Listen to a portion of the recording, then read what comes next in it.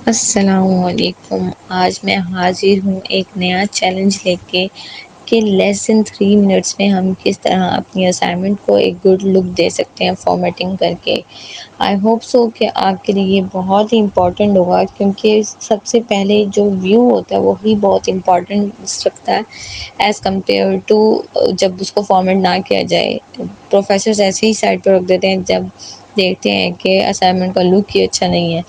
تو اگر ہم ایک اچھی فارمیٹ کے ساتھ اسائنمنٹ سبمٹ کرائیں گے تو ہماری اسائنمنٹ کو ایکسیپٹ ہونے سے کوئی نہیں روک سکتا، اور تقریباً اس میں فل مارکس حاصل کرنے کے چانسز ہیں۔ اب میں یہاں آپ کے ساتھ کرتی جاتی ہوں فارمیٹنگ، آپ بھی اپنے اسائنمنٹ پہ اپلائی کریں۔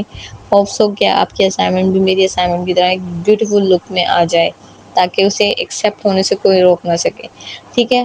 اب میں یہاں پہ اپلائی کرتی جاتی ہوں۔ ساری ہی فارمیٹنگ آلموسٹ میں نے آپ کو اسٹارٹنگ میں سکھا دی ہے، پر میں یہ اے پی اے کے اکارڈنگ یہاں پر فارمیٹنگ کر رہی ہوں، آپ بھی میرے ساتھ اپلائی کرتے رہیں، ٹھیک ہے۔ اور لائن اسپیس کا بھی دھیان رکھیے گا، 2 ہوتا ہے اے پی اے کے اکارڈنگ، ٹھیک ہے۔ تو میں نے یہاں پہ سب کو کنٹرول اے کر کے سلیکٹ کر کے ساری امپلیمنٹیشن کرتی جا رہی ہوں، تاکہ کسی بھی لائن سے میری جو فارمیٹنگ ہے وہ خراب نہ ہو۔